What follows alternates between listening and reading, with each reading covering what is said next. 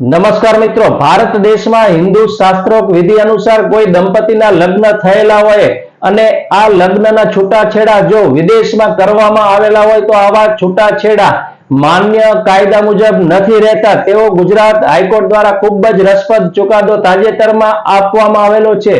શું છે આ ચુકાદો? તો એક દંપતીના લગ્ન હિન્દુ શાસ્ત્રોક વિધિ અનુસાર ગુજરાતમાં થયેલા, ત્યારબાદ આ જે દંપતી હતું તે દંપતી ઓસ્ટ્રેલિયામાં સ્થાયી થયેલું, ઓસ્ટ્રેલિયામાં તેઓએ ત્યાંનું નાગરિકત્વ પણ મેળવેલું, ત્યારબાદ બંને વચ્ચે મનમેળ નહીં થતા આ દંપતીમાંથી એક વ્યક્તિ એટલે કે પતિએ ઓસ્ટ્રેલિયાની સિડની કોર્ટમાં છૂટાછેડા માટેની અરજી કરેલી, ત્યાં તેના છૂટાછેડા મંજૂર કરવામાં આવેલા।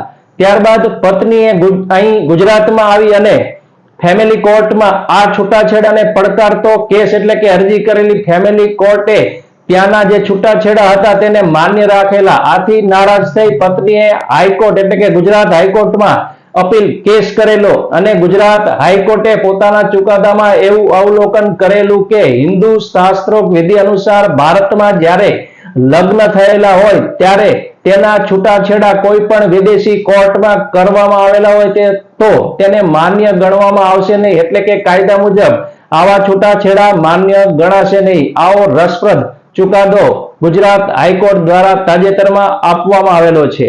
નમસ્કાર, આભાર।